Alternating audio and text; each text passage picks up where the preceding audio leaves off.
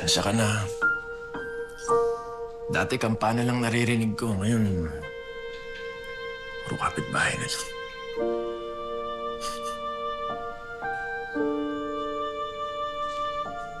Ang lagi nilang inuungkat yung kasalanan mo. Di nila nakikita yung sinuko mo. Yung pagiging pare mo. Binigay mo yung buong puso mo sa Diyos at sa ibang tao. Lahat ng yun nawala dahil pinili mo ko. Sorry. Sorry, Henry. Sana patawarin tayo ng Diyos.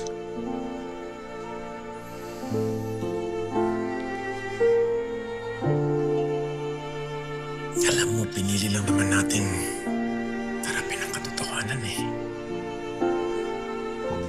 Pero kahit ganun pa man, walang kahit na sino na pwedeng magdikta sa atin kung sino tayo bilang tao o bilang anak ng Diyos.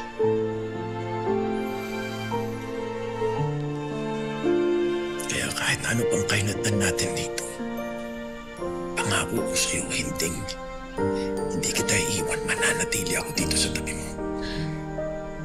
Sabay nating haharapin lahat ng to.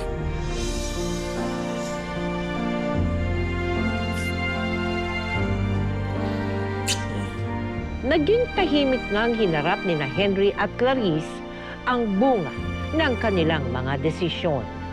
Nanganak si Clarice ng ligtas at sa kabila ng mga panghuhusga, nanatiling matatag si Henry. Hindi na bilang isang pare, kundi bilang asawa, ama, at haligi ng tahanan. Mas naging buo sila ni Clarice sa bawat pagsubok na pinagdaanan nila at sa bagong yugto na kanilang haharapin.